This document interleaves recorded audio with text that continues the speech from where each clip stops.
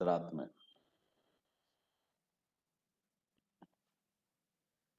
पिछले क्लास में हम लोगों ने विस्तार से डिस्कस किया था फ्लूवियल टोपोग्राफी पे।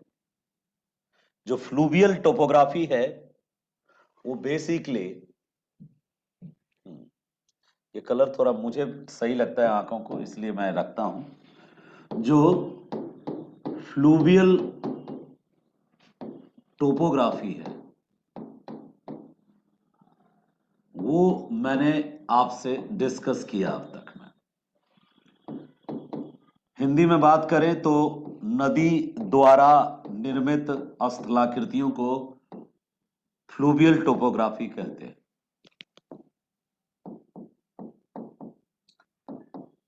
और नदी द्वारा निर्मित स्थलाकृतियां जो हैं उसको दो भागों में बांटा जा सकता है। अपर्दनात्मक स्थलाकृति जो अपर्दन से बनती हैं, और निक्षेपणात्मक स्थलाकृति जो निक्षेपण से बनती है।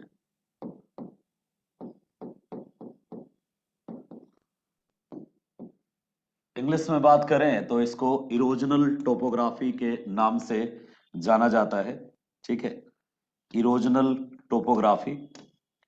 और इरोजनल टोपोग्राफी जो है, ठीक है, और इसको डिपोजिशनल टोपोग्राफी कहा जाता है।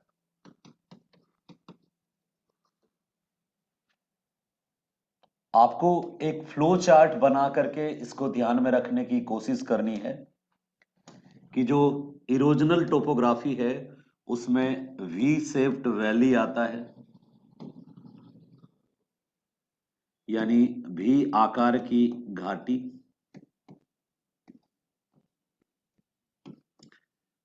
और इसके अलावा भी आकार की घाटी के अलावा पूरा एक लिस्ट ही आप प्रिपेयर कर लें तो ज्यादा बेहतर है कि अधिक से अधिक आपके पास इस फ्लो चार्ट में नाम हो। और एक्सप्लेनेशन लिमिटेड का कीजिए कुछ का। वी शेप्ड वैली के अलावा गॉर्ज एवं कैनियन आता है। उदाहरण भी आपको पता है कैनियन का, और अपने तरीके से भी आप इसको और भी बेहतर, डायग्राम इंपॉर्टेंट है और डायग्राम में लेवलिंग इंपॉर्टेंट है। तीसरा जो होता है जलप्रपात या वाटरफॉल, जिसको कहते हैं जलप्रपात या वाटरफॉल। और क्षिप्रिका, जिसको अंग्रेजी में रैपिड कहते हैं, हिंदी में क्षिप्रिका कहते हैं। सीढ़ी की तरह जब पानी ऊंचाई से नीचे उतरती है तो उसको क्षिप्रिका कहते हैं, रैपिड कहते हैं। और सीधे डायरेक्ट ऊंचाई से यदि पानी नीचे उतरती है तो उसको जलप्रपात कहते हैं। इसके अलावा आप गॉर्ज कैनियन हो गया, जलप्रपात हो गया, क्षिप्रिका हो गया, भी आकार की घाटी हो गया। एक और है प्लंज पुल, जिसको कहते हैं प्लंज पुल। ठीक है, प्लंज पुल भी एक इंपॉर्टेंट पॉइंट है। प्लंज पुल के अलावा एक और है पोर्ट होल, जिसको बोलते हैं आप पोर्ट होल। तो प्लंज पुल हो गया, पोर्ट होल हो गया, क्षिप्रिका हो गया, गॉर्ज कैनियन, भी आकार की घाटी। ये इंपॉर्टेंट इरोजनल टोपोग्राफी है, इरोजन से बनता है। ठीक है, इरोजनल टोपोग्राफी में आपने देख लिया वी शेप्ड वैली, वी आकार की घाटी, गॉर्ज कैनियन, जलप्रपात, क्षिप्रिका, प्लंज पुल, पोर्ट होल। ये सब के सारे इरोजनल टोपोग्राफी थे। अब हम यदि इस तरफ आ जाए यानी डिपोजिशनल पे, तो इसमें भी हम सबसे पहले लिख सकते हैं कि डिपोजिशनल में जो आप गोखुर झील देखते हैं ना, वो एक्चुअल में गोखुर झील जो है ये डिपोजिशनल है। ऑक्सबो लेक डिपोजिशनल है। और मियांडर एक यूनिक टाइप ऑफ लैंडफॉर्म है, मियांडर जिसको आप कहते हैं, या नदी विसर्पण, हिंदी में इसको नदी विसर्पण भी कहते हैं। मियांडर का दूसरा नाम रिवर, मतलब नदी विसर्पण भी है। तो ये बेसिकली डिपोजिशन से ही बनता है। जब किसी रिवर में सेडिमेंट लोड ज्यादा हो जाता है तो वो सेडिमेंट लोड को जब कैरी नहीं कर पाती है, स्लोप ग्रेडियंट कम हो जाता है, ढाल मंद पड़ जाता है, तो फिर वो क्या करने लगती है, सांप की तरह विसर्पित होकर के अपना पाथ क्रिएट करने लगती है। तो ये भी निक्षेपणात्मक में ही आएगा। ठीक है। इसके अलावा जो संप्राय मैदान जिसको बोलते हैं आप, पेनी प्लेन या फिर पेडी प्लेन जिसको कहते हैं, पेनी प्लेन या पेडी प्लेन जिसको कहते हैं, वो भी निक्षेपणात्मक स्थलाकृति है, पेनी प्लेन या पेडी प्लेन। और पांचवा आप मोनाडेनाक जिसको कहते हैं, वो भी अपर्दन चक्र का एक निक्षेपणात्मक नहीं, मोनाडेनाक को हम निक्षेपणात्मक में नहीं रख सकते। क्योंकि एक्चुअली वो अपर्दन के कारण क्रिएट होता है। तो हम मोनाडेनाक को घर्षित अपर्दित पहाड़ी कह सकते हैं, जो अपर्दन के अंत में हमें मिलता है। ठीक है। इसके अलावा जो रिवर टेरिस है, रिवर टेरिस, ठीक है, रिवर टेरिस जिसको बोलते हैं, वो भी इसी के कारण बनता है, अपर्दन के कारण बनता है। नदी की जो वेदिकाएं हैं, नदी वेदिकाएं, ठीक है, नदी वेदिकाएं जो बनती हैं वो भी अपर्दन के कारण ही बनता है। और इस तरफ यदि हम देखें तो जो डेल्टा है, डेल्टा और जो एस्चुअरी है, एस्चुअरी को ज्वार नदमुख भी बोलते हैं, ज्वार नदमुख कहिए या एस्चुअरी कहिए, एक ही बात है। तो आप अधिक से अधिक यहाँ पे टेबल जो फ्लो चार्ट है उसमें जितनी ज्यादा स्थलाकृतियां आपके जानकारी में है, उन सारे आकृतियों को यहाँ पे लिख सकते हैं, फ्लो चार्ट बना के दे सकते हैं। ठीक है। तो इन सबको आप बेहतर तरीके से डायग्राम जितना ज्यादा का बना सकेंगे तो उतना बेहतर है, क्योंकि नंबर जो मार्क्स होता है, एक एक क्वेश्चन के पास 50-50 नंबर होता है। तो 50 नंबर के क्वेश्चन का आंसर यदि लिखना हो हमें ऑप्शनल में, अक्सर यही होता है कि हर एक क्वेश्चन 50-50 नंबर तक का होता है, 50-50 मार्क्स का होता है। ठीक है। यदि 50 मार्क्स का एक क्वेश्चन हुआ साहब, तो उसमें जितना ज्यादा आप लिख सके, मैक्सिमम 50 मार्क्स का मैं कह रहा हूं, तो जितना ज्यादा आप कंटेंट मटेरियल लिख सकें, तो इसलिए मैं कह रहा हूं कि नंबर ऑफ पॉइंट्स जितने ज्यादा होंगे उतना बेहतर है। और इन सबों के डायग्राम्स भी आपके पास उपलब्ध हों। जिनके डायग्राम उपलब्ध ना हो पाए, आप मुझे सूचित करिएगा, हम देंगे आपको डायग्राम। और इनके बारे में लिखेंगे क्या, देखो सिंपल सा बात है कि इसके निर्माण की प्रक्रिया और उदाहरण यदि आप बता देते हैं जितना बेहतर तरीके से, मेकिंग प्रोसेस और example if possible, then it will be okay. तो वी शेप्ड वैली हो गया, रैपिड हो गया, वाटरफॉल हो गया, ठीक है, और waterfall, rapid, V shaped valley, potholes हो गया। पोटहोल्स के अलावा आप रिवर टेरिस जिसको नदी वेदिकाएं कहते हैं, वो रिवर टेरिस, यहाँ पे रिवर टेरिस कहीं लिखा होगा मैंने, रिवर टेरिस हो गया। रिवर टेरिस के अलावा जिसको आप बेंचेस बीचेस भी कहते हैं, river beach, terrace, river terrace, beach एक ही होता है। रिवर मियांडर हो गया। और रिवर मियांडर के अलावा हम चाहें तो इसमें और डेप्थ में जाकर के बता सकते हैं कि रिवर मियांडर कितने टाइप का होता है, लेकिन आपको कोशिश करनी है नंबर ऑफ पॉइंट्स इंक्रीज करें, ना कि हम ज्यादा एक के अधिक गहराई में चले जाएं, नंबर ऑफ पॉइंट ज्यादा होना चाहिए। एक और है एलुवियल फैन या एलुवियल कोन जिसको बोलते हैं, वो जलोढ़ निक्षेप या एलुवियल फैन है, एलुवियल कोन है, वो भी डिपोजिशनल में ही काउंट होता है। ठीक है। जलोढ़ शंकु, जलोढ़ शंकु, एलुवियल फैन, एलुवियल कोन। तो जलोढ़ शंकु, एलुवियल फोन जिस फैन जिसको कहते हैं, एक प्राकृतिक तटबंध है, नेचुरल लेवी। ठीक है। नेचुरल लेवी भी लेवी जो है वो भी डिपोजिशनल लैंडफॉर्म है। तो नेचुरल लेवी, डेल्टा, ये सब के सब डिपोजिशनल है। हम चाहते हैं कि ये एक आप लिस्ट रेडी रखो, और इस लिस्ट में से जिसके बारे में जानकारी, अच्छा हाँ, 66 से पैटर्न चेंज हो गया, मैं बता रहा हूँ। एक आध क्वेश्चन 50 मार्क्स का भी होगा बेटा, ठीक से देखना आप। पैटर्न चेंज हुआ है, लेकिन अभी जस्ट हम LSW पढ़ाए हैं और उसका क्वेश्चन देखे हैं हम। अभी उसमें 6 क्वेश्चन था, 6 वो 50-50 नंबर का था। तो अलग अलग सब्जेक्ट में अलग अलग तरीके से अब मार्किंग स्कीम बना रहा है, कोई फिक्स्ड मार्किंग स्कीम फॉलो नहीं कर रहा बीपीएससी। और जो 66वीं ज्योग्राफी का भी जो ऑप्शनल क्वेश्चन है, उसमें जो बिहार वाला क्वेश्चन था, बिहार से जो क्वेश्चन पूछा है वो एक 50 मार्क्स का था, बाकी जो क्वेश्चन है वो 25 मार्क्स का है। तो कोई फिक्स्ड प्रणाली नहीं है। अभी जस्ट अभी 2 मिनट पहले, यानी आपकी क्लास के पहले एलएसडब्ल्यू का लास्ट ईयर क्वेश्चन डिस्कस किया मैंने, और लास्ट ईयर क्वेश्चन में उसने पूछा था 50+ मार्क्स के 6 क्वेश्चन। तो खैर, आपसे हम जो सिलेबस है उसके अकॉर्डिंग हम आपसे बात करेंगे। हम कल क्वेश्चन डिस्कस करेंगे, पिछले साल का पूछे गए क्वेश्चन का डिस्कशन है कल। और कल आपकी जो क्लास होगी वो लाइव होगी यूट्यूब पे, और मेन चैनल पे होगी, जियो4 सिविल सर्विसेज वाले चैनल पे होगी। और उसमें हम last year question geography optional के जितने पूछे गए हैं उनकी चर्चा विस्तार से करेंगे, ठीक है। चलिए अगले मुद्दे पे आते हैं। ये था हमारा, जैसे हमने रिवर का बनाया इरोजनल और डिपोजिशनल।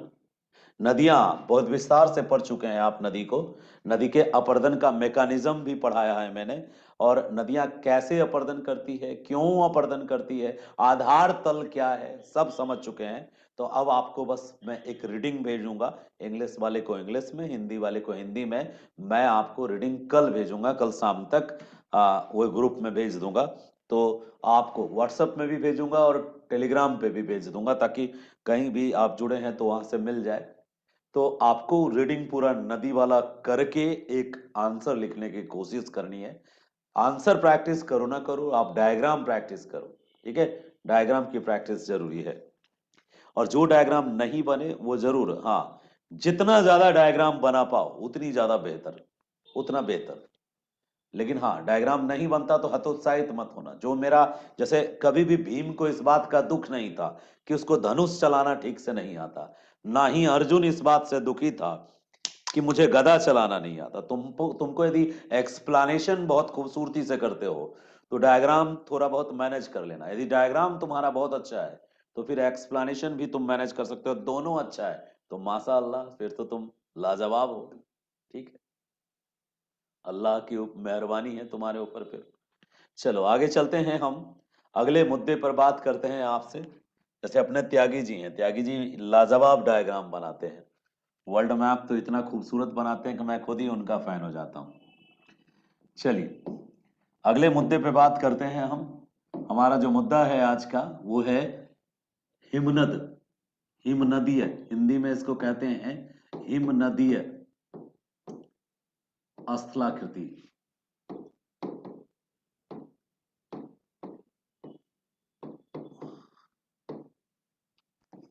बहुत ही टेक्निकल तरीके से हम नदी वाले को थोड़ा कंजूसी से पास किए हम, कि उसमें कई चीजों को हमने अभी उतना डिटेल में आपको नहीं ले गए। क्यों नहीं ले गए? क्योंकि वो ज्यादा लंबा खिंच जाता, फिर नदी नदी सा फील आता है। कुछ चीजें रिवीजन के लिए भी छोड़नी चाहिए, तो मैंने उसमें एक दो चीजें रिवीजन के लिए छोड़ी है, जो कोशिश करूंगा कि जब रिवीजन कराऊं तो उस समय बता दूं। जैसे कितने टाइप का मियांडर होता है, कितने टाइप का डेल्टा होता है, और डेप्थ में जाया जा सकता था, लेकिन डेविस भी नदी पढ़े आपने, पेंक में भी नदी नदी पढ़ा, नदी की अवस्था, नदी अवस्था, और फिर नदी को भी ज्यादा खींच लिया मैंने। तो थोड़ा अब रिवीजन के लिए चीजों को रोकता हूं, और उस समय मैं और कोशिश करूंगा कि बेहतर आ जाए। चलिए मुद्दा है हमारा ग्लेशियल टोपोग्राफी। जो हमारा नेक्स्ट मुद्दा है, जो मामला है, वो है ग्लेशियल टोपोग्राफी पे हमारी चर्चा होगी आपके साथ। क्या है ये ग्लेशियल? ग्लेशियर शब्द आया कहां से? और इस टोपोग्राफी में बेसिकली हम क्या डिस्कस करने वाले हैं? हिमानी क्या होता है, परी हिमानी क्या होता है, यानी ग्लेशियर क्या होता है, पेरी ग्लेशियर क्या होता है, क्या ये बर्फ की नदी है, क्या ये गति करती है, इस चीजों पे चर्चा होगा। तो हम पढ़ रहे हैं ग्लेशियल जियोमॉर्फोलॉजी, ठीक है। ग्लेशियल जियोमॉर्फोलॉजी कह लो या ग्लेशियल टोपोग्राफिकल। हम बड़े भाग्यशाली लोग हैं, हम ऐसे देश में पैदा लिए हैं जिस देश में हमें सब कुछ यहीं मिल जाए। हमारे पास भी ग्लेशियर है, आपने सियाचीन का नाम सुना होगा, सियाचीन ग्लेशियर है। आपने बाल्टोरो का नाम सुना होगा, बाल्टोरो ग्लेशियर है। छोड़ो, आप कुछ सुने ना सुने हो, गंगोत्री का नाम सुना होगा, एक ग्लेशियर है। यमुनोत्री का नाम सुना होगा, एक ग्लेशियर है। चेमा योंग डोंग का नाम सुना होगा, चेमा योंग डोंग ग्लेशियर है। ये सब के सब ग्लेशियर हैं, हिमनद हैं। मन में सवाल उठना लाजमी है कि सर होता क्या है ग्लेशियर। आंसर भी मन में आ ही गया होगा, बर्फ की नदी, हिम की नदी, हिमनद। हिमनद, हिम की नदी, बर्फ नदी में कैसे कन्वर्ट हो जाता है? वो कौन कौन सा ट्रिक है, टेक्निक है जो बर्फ को नदी में कन्वर्ट करता है? ठीक है, तो चलो हम अब इसको समझते हैं कि कैसे बनता है हिमनद। मान लो कि ये एक पहाड़ी ढलान है, राइट? पहाड़ी ढलान है, और इस पहाड़ी ढलान पर बर्फ, इस पहाड़ी ढलान पर जो बर्फ है उसकी बारिश हो रही है। हम मान लेते हैं कि इस पहाड़ी ढलान पर बर्फ की बारिश हो रही है, हिमखंड गिर रहा है। तो बर्फ जब जमा होगा पहाड़ी ढलान पर, तो स्वाभाविक रूप से यह बर्फ क्या होगा, नीचे की ओर। आपके मन में आया होगा, एक ख्याल आया होगा कि जी सर ये नीचे की ओर फिसलेगा। तो निसंदेह ये नीचे की ओर फिसलेगा, ठीक है। और जब ये नीचे की ओर फिसलेगा तो नीचे फिसलेगा क्यों? क्यों बर्फ नीचे की ओर फिसलेगा भाई? तो बर्फ नीचे की ओर इसलिए फिसलेगा क्योंकि एक तो ढाल के कारण, और दूसरा गुरुत्व के कारण, गुरुत्वाकर्षण के कारण, गुरुत्व के कारण। जो ग्रेविटी है वो उसको नीचे की ओर खींचेगी, और ढाल के कारण वो ग्लेशियर धीरे धीरे धीरे धीरे धीरे धीरे ढाल के कारण नीचे की ओर फिसलेगा। और जब वो फिसलेगा, फिसलने को हिंदी में कहते हैं सरकना, सड़केगा, तो समूह में सरकेगा, काफी सामूहिक रूप से, बहुत ज्यादा क्वांटिटी में सरकेगा। तो सरकने के पहले क्या होगा? एक तो जब इतना ज्यादा क्वांटिटी में ये बर्फ जब यहां पर जमा रहेगा, तो क्या होगा कि दबाव डालेगा, ये अपने तली पे दबाव डालेगा। और जैसा कि हम जानते हैं कि पर्वत जो होता है अंदर से खोखला होता है। जी हाँ, खोखला होता है पर्वत अंदर से। कोबर ने भी ऐसा कहा है, होम्स ने भी ऐसा कहा है। कोबर ने तो कहा है कि पर्वत बुलबुला होता है, अंदर से खोखला होता है। यानी जो बर्फ का उतना बड़ा परत, लेयर जम गया होगा, उसमें कुछ वजन तो होगा ही होगा, भार तो होगा ही होगा, और वो भार इस पर दबाव भी डालेगा, और फिर दबाव डालेगा और कालांतर में समय के साथ यहां से टूट के नीचे फिसलेगा भी। तो जो सरकेगा, नीचे की ओर फिसलेगा, दबाव बनाते हुए फिसलेगा, तो ये धसाव सा क्रिएट कर देगा इसके परत पर। और फिर नीचे की ओर जब गति करेगा इतनी भारी भरकम, आपने कभी एवलांच का नाम सुना है? एवलांच, एवलांच का मतलब क्या होता है? एवलांच, एवलांच यानी हिमस्खलन का नाम आपने सुना होगा।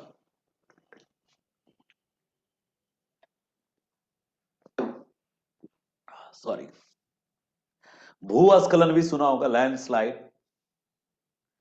ढलान पे पहाड़ का बहुत बड़ा हिस्सा टूट के नीचे की ओर फिसल जाता है, नीचे की ओर सड़क जाता है, तो उसके सरकने को, उसके फिसलने को हम कहते हैं लैंडस्लाइड, भूस्खलन। और जैसे भूस्खलन होता है, पहाड़ का एक बहुत बड़ा टुकड़ा नीचे की ओर फिसलता है, सड़कता है, गिरता है, उसी तरीके से हिम का भी बहुत बड़ा टुकड़ा, जिसमें कि काफी वजन होता है, जिसके नीचे यदि कोई दब जाए तो पापड़ हो जाए, ऐसा बड़ा टुकड़ा ऊपर से जब टूट के नीचे गिरता है, छोटे छोटे मतलब चूर के रूप में ध्वस्त होके गिरता है, ब्लास्ट होके गिरता है, तो वो हिमस्खलन कहलाता है। लेकिन वो ब्लास्ट ना हो, पूरा का पूरा बहुत बड़ा एरिया धीरे धीरे धीरे धीरे धीरे धीरे फिसले, सड़के नीचे की ओर सरके, तो जो सरकने की दर होगी बहुत स्लो होगी, लेकिन वो सरकेगी एक पाथ पे, एक रास्ते पे। और वो जो रास्ता होगा, जो पाथ होगा उसके सरकने का, वो ऐसा पाथ होगा, यू आकार का पाथ। क्यों? क्योंकि जो बर्फ की जो मोटी परत होगी, वो परत जो दबाव बनाएगी भाई साहब, तो वो अपने पेंदी को यू आकार में क्या कर देगी, दबा देगी। और इस बर्फ में जो जमा होगा, पत्थर का टुकड़ा, चट्टान का टुकड़ा, बहुत सारा नुकीला नुकीला टुकड़ा इसके बर्फ में दबा होगा नीचे से, वो नीचे वाली परत को कुदेरे कुरेदेगा, खरोचेगा, नोचेगा, और कई सारे गोल गोल पत्थर बोल्डर इस बर्फ में जमे होंगे, और वो सारा नीचे की ओर फिसलता आएगा, फिसलता आएगा। इसी में वो पूरा का पूरा अपर्दन का चक्र लागू होगा, इसी में वो पूरा का पूरा अपर्दन का चक्र लागू होगा। यानी कि हिमनद क्या है? यदि अब आपसे कोई पूछता है कि व्हाट इज ग्लेशियर, तो आपके मन में जवाब ये आ जाएगा कि जो मूविंग आइस मास है डाउन डाउन स्लोप पे under the impact of gravity, उसको ग्लेशियर कहते हैं।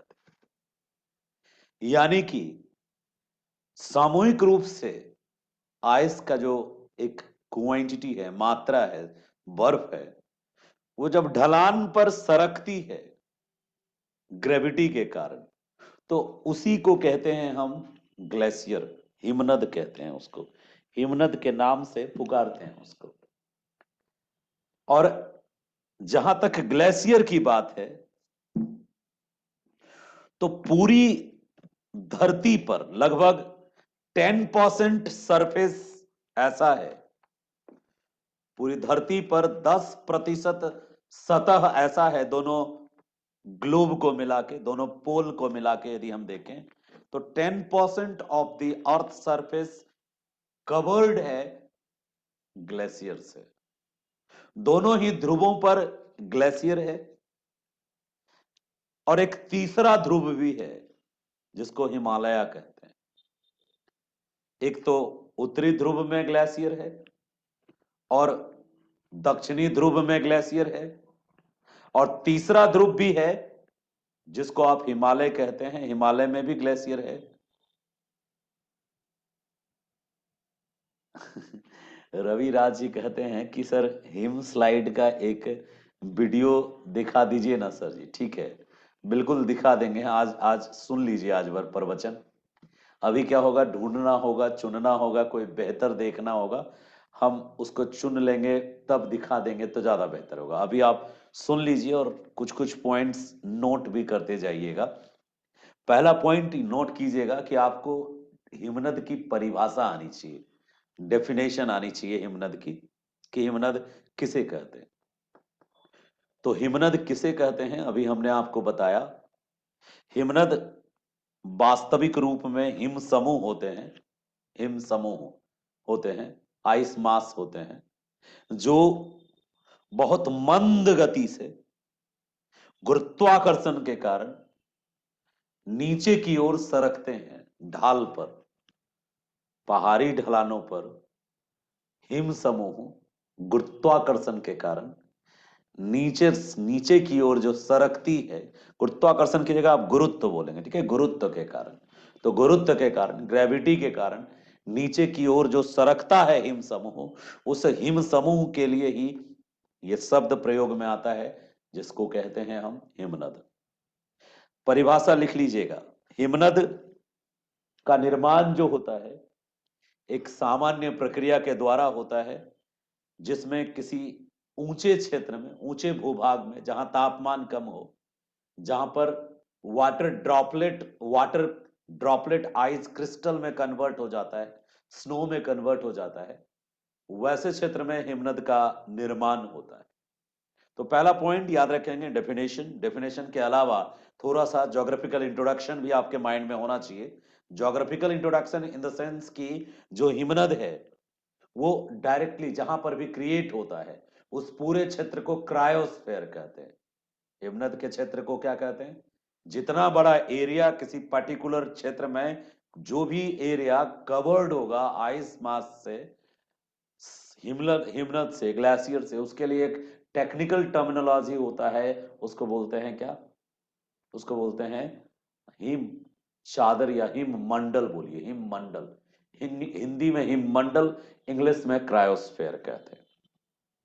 क्रायोस्फेयर का जो मार्जिनल पार्ट होता है, हिममंडल की जो अंतिम सीमांत क्षेत्र होता है, सीमावर्ती क्षेत्र, जहां हिममंडल खत्म हो रही होती है, जहां से हिम खत्म हो रहा होता है, उसको स्नो लाइन कहते हैं। स्नो लाइन, हिम रेखा, स्नो लाइन कहते हैं।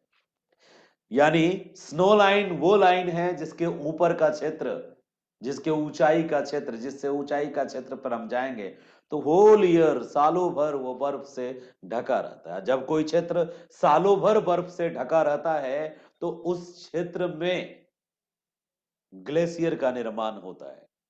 ठीक है, तो क्रायोस्फेयर टर्म नोट कर लीजिए कहीं पे, क्रायोस्फेयर, और स्नो लाइन टर्म नोट कर लीजिए आप कि स्नो लाइन क्या होता है, क्रायोस्फेयर क्या होता है। स्नो से कवर्ड एरिया, आइस से कवर्ड एरिया क्या कहलाता है? क्रायोस्फेयर या हिममंडल कहलाता है। और हिममंडल का जो बाहरी किनारा है, जो लाइन है जहां से ऊपर का क्षेत्र सालों भर बर्फ से कवर रहता है, उसके लिए टर्म हम यूज करते हैं क्या? Snow line. अलग अलग एरिया में स्नो लाइन वेरी करता है, अलग अलग होता है, और स्नो लाइन चेंजेबल है, बदलता रहता है।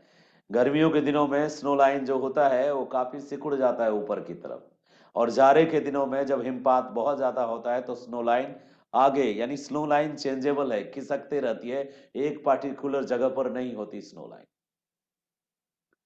अभी कई टेक्निकल टर्मिनोलॉजी समझना है, यहां तक यदि आप समझ गए हैं तो आगे आपको और भी कई टेक्निकल टर्मिनोलॉजीज को समझना है। जैसे क्या क्या आप समझते गए, आज बेसिक नॉलेज है आपके लिए, इंफॉर्मेशन जो भी हम डिस्कस करेंगे आज बेसिक इंफॉर्मेशन है। आपने सबसे पहले समझा कि हिमनद या फिर जिसको आप ग्लेशियर कहते हैं, ठीक है, हिमनद या ग्लेशियर जो है उसका डेफिनेशन क्या है, परिभाषा क्या है। ठीक है, तो सबसे पहले आज आप ग्लेशियर का डेफिनेशन समझ गए, ठीक है, परिभाषा समझ गए, और ग्लेशियर का परिभाषा देखा आपने सबसे पहले, डेफिनेशन। दूसरी चीज जो आपने देखी, दूसरी चीज आपने देखी कि हिममंडल किसे कहते हैं। क्रायोस्फेयर पे यूपीएससी ने क्वेश्चन पूछ दिया था, बच्चा, कई सारा बच्चा गलती करके आया, हिममंडल को क्रायोस्फेयर कहते हैं। तीसरा टेक्निकल सर लाइन आपने देखा, टेक्निकल टर्मिनोलॉजी हिम रेखा यानी स्नो लाइन। तो हिमनद क्या है? Mass, ice mass due to gravity downward में जब सरकता है, फिसलता है, फ्लो करता है, गति करता है बहुत स्लो मोशन में, तो उसको कहते हैं हिमनद, ग्लेशियर। हिममंडल क्या है? हिममंडल में हमने बताया आपको कि जितना एरिया कवर्ड रहता है होल ईयर, सालों भर स्नो से, उसके लिए टर्म यूज करते हैं क्रायोस्फेयर। ग्लेशियर्स ज्यादातर क्रायोस्फेयर में ही निर्मित होते हैं। और एक और इंफॉर्मेशन आपको शायद समझ में आया होगा कि क्रायोस्फेयर की जो बाउंड्री लाइन होती है, उस बाउंड्री लाइन के लिए टर्म यूज होता है हिमरेखा। अभी कई टेक्निकल टर्मिनोलॉजी बाकी है। हिमरेखा के ऊपर, ये हिमरेखा जो होता है ये चेंजेबल होता है, परिवर्तनशील होता है, ठीक है, परिवर्तनशील होता है, और ये बड़ा मैटर करता है, बड़ा इंपॉर्टेंट रोल प्ले करता है ये जो ग्लेशियर टोपोग्राफी बनाने में, ठीक है, परिवर्तनशील होता है, चेंजेबल होता है। एक और वर्ड है आपको, सक्रिय सतह, सक्रिय परत, जिसके लिए टर्म यूज होता है, कहीं कहीं आप देखेंगे एक्टिव लेयर, ठीक है। और एक टर्म यूज होगा परमाफ्रॉस्ट, परमाफ्रॉस्ट, फ्रॉस्ट, परमाफ्रॉस्ट। इन चीजों पे फोकस करते जाइए। और एक और टर्म होता है परिहिमानी, यानी इसको पेरी ग्लेशियर्स कहते हैं।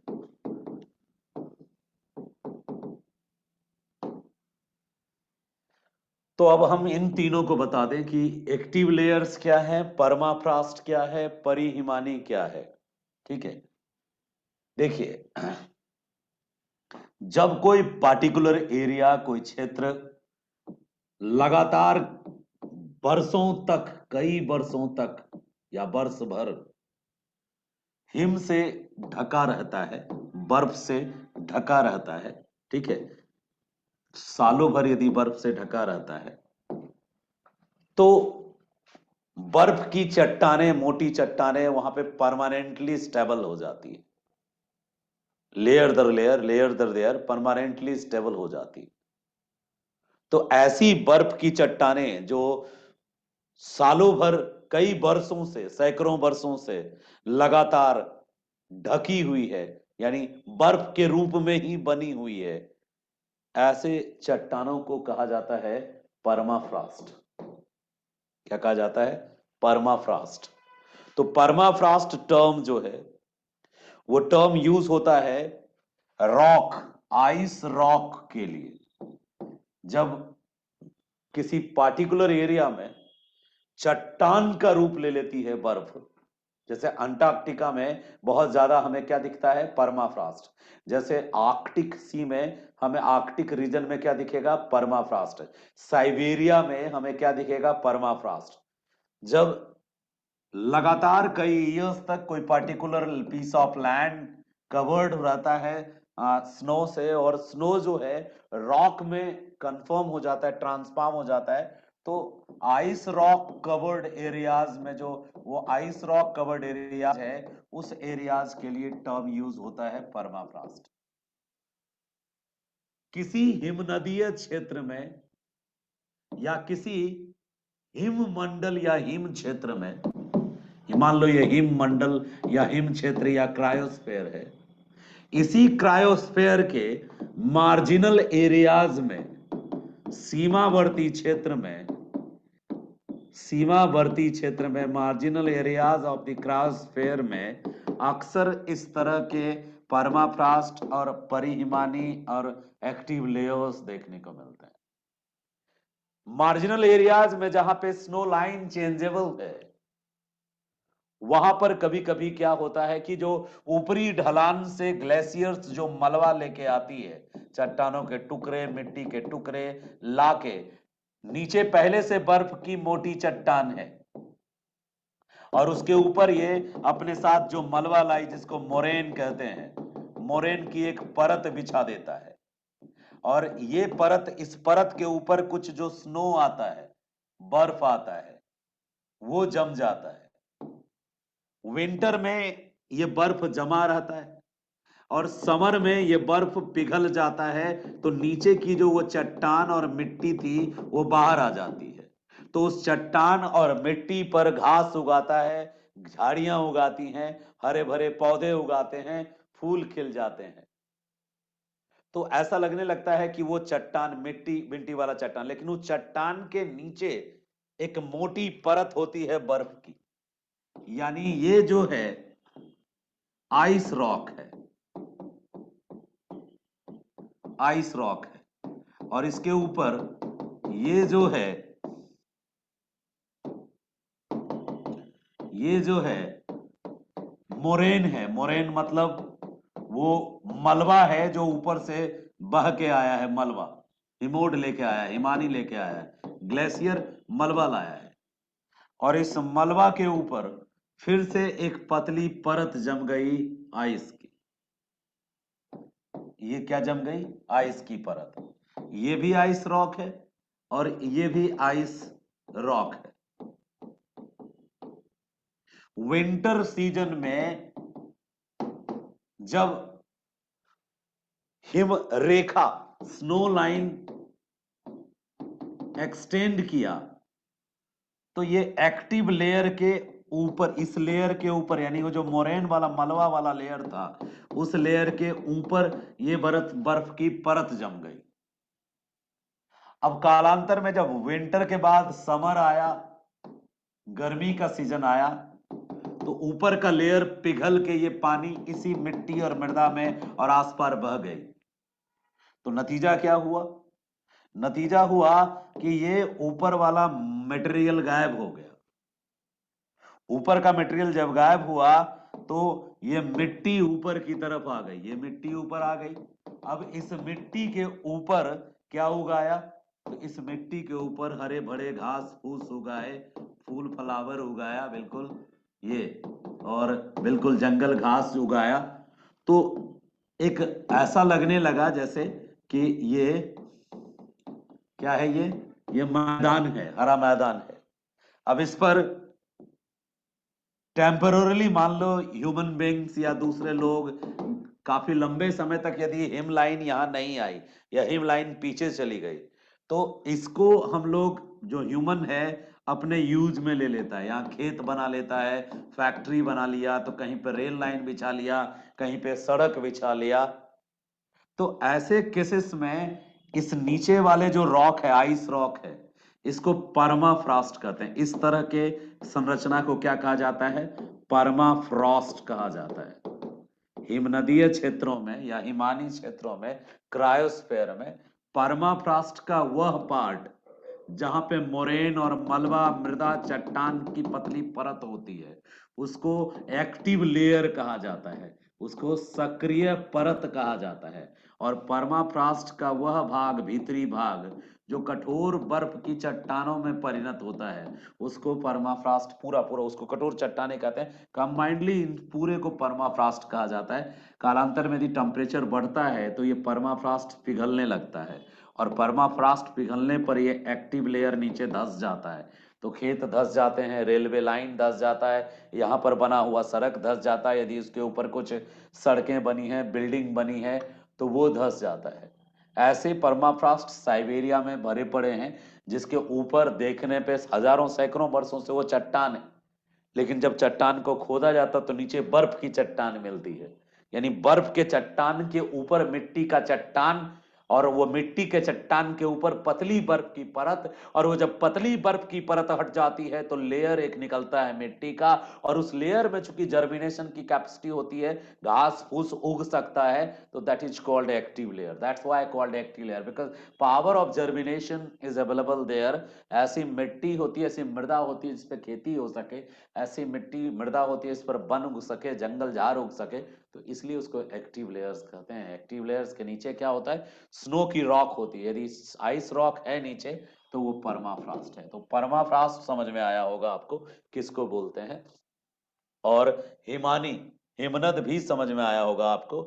और ऐसे परमाफ्रॉस्ट को परिहिमानी भी कहते हैं। परमाफ्रॉस्ट और सक्रिय लेयर वाला जो रीजन है, ये रीजन में भी जब ये मूवमेंट करता है, गति करता है, फिसलता है, अलग जाता है, तो इसके लिए अलग कॉन्सेप्ट आता है परिहिमानी। परिहिमानी को हम अलग से आपको बताएंगे। पेरीग्लेशियर्स के, ये मतलब पेरीग्लेशियर शब्द कहाँ से आया ये भी समझ लो थोड़ा। देखो, पेरी वर्ड जो होता है ना, उसका मतलब होता है चारों ओर। तो ग्लेशियर के चारों ओर के जो दृश्य हैं वो पेरी ग्लेशियर्स कहलाते हैं। तो permafrost, active layer, these all are the peri glacier things. Glacier पे नहीं मिलता है परमाफ्रॉस्ट, वहां नहीं मिलता एक्टिव लेयर। जहां ग्लेशियर्स खत्म होती है ना, ग्लेशियर्स के मार्जिनल एरियाज में, ग्लेशियर्स के किनारे वाले हिस्से में जो एरियाज होता है, वहां पे जो भी एक्टिविटीज होती है, जो स्थलाकृतियां बनती हैं, उसके लिए टर्म यूज होता है पेरी ग्लेशियर्स। आई क्या मेरी बात समझ? तो आज की क्लास थी, ये ग्लेशियर का इंट्रोडक्शन क्लास कहेंगे हम इसको। इसमें हम कोशिश कर रहे हैं आपको ये बताने के लिए कि ग्लेशियर क्या होता है, ठीक है, ग्लेशियर्स क्या होते हैं, और साथ ही साथ हमने बताया आपको परमाफ्रॉस्ट क्या होता है। तो आज सिर्फ हमने बेसिक्स इंफॉर्मेशन डिस्कस किया, और आज की क्लास थोड़ी छोटी रही क्योंकि मैं लेट था।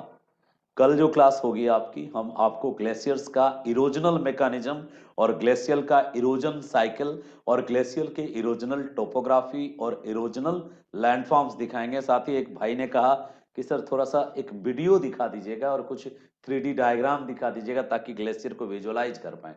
तो हम कल आपको विजुअलाइज करा देंगे। आज की क्लास इतनी ही है, ठीक है। कल हम आपको विजुअलाइज कराएंगे और सारे पॉइंट्स ग्लेशियर्स के फिनिश कर देंगे। तो करंट के लिए हम कोशिश करेंगे, करंट हम उस पर प्लान कर रहे हैं कि कितने बजे से क्लास लें। नंबर ऑफ क्लासेस ज़्यादा हो गया, आदमी अकेला हूं तो अपनी जान भी देखनी है, ठीक है। तो हम कोशिश करेंगे करंट को भी कंटिन्यू करें, ठीक है।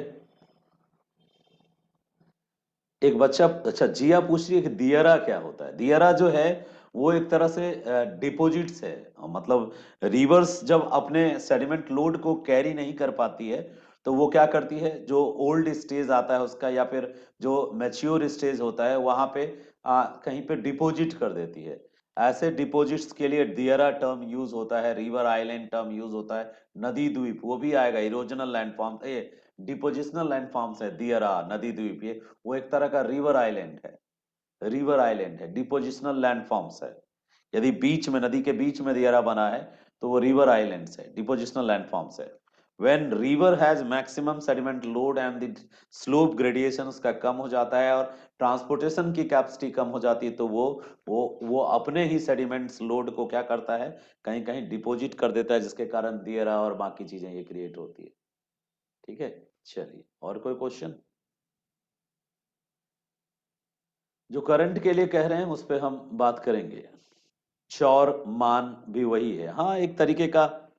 चौर मान पे हमने बात किया है, चौर पे मान पे, ये नदी जब अपने मैच्योरिटी एज में पहुंचती है, देन मैच्योरिटी एज में जहां कहीं स्लोप जो है अवतल हो जाता है, कॉनकेव, देखो स्लोप तीन तरह का होता है। एक जो स्लोप है कॉन्वेक्स स्लोप है, उत्तल ढाल, वो जो नदी की पहली अवस्था है यानी यूथ स्टेज है उसमें उत्तल ढाल होती है। और जो नदी जब मैच्योरिटी फेज में आता है तो वहां समढाल, समढाल यानी मतलब स्लोप जो होता है ना कॉन्वेक्स होता है ना कॉनकेव होता है, प्लेन स्लोप होता है। और जब वो नीचे चली जाती है यानी मैच्योरिटी एज के पार कर जाती है तो वहां उसको कॉन्वेक्स ढाल मिलता है। कॉन्वेक्स स्लोप का मतलब धसा हुआ, जो धसा हुआ क्षेत्र होता है ना, उसी के लिए चौर या मान शब्द यूज होता है, ठीक है। तो कॉन्वेक्स स्लोप का एक एग्जाम्पल है। प्लंज पूल का मतलब होता है छोटा सा स्विमिंग पूल। जब नदी वाटरफॉल के रूप में ऊंचाई से गिरती है तो जहां गिरती है झरने के रूप में, वहां गड्ढा करके एक स्विमिंग पूल जैसा स्ट्रक्चर क्रिएट करती है, उसको प्लंज पूल कहते हैं। और किसी के मन में कोई क्वेश्चन? चलो ठीक है, बाकी क्वेश्चन सोच के रखना, ठीक है। अगली क्लास हिस्ट्री ऑप्शनल की है और वो चैनल जो है आलोक सर लाइव, उस पे हम पढ़ाएंगे 1857 का रिवोल्ट। तो आप सब भी आ जाना यदि टाइम हो तो, उस पे देख लेना नया वाला चैनल पे।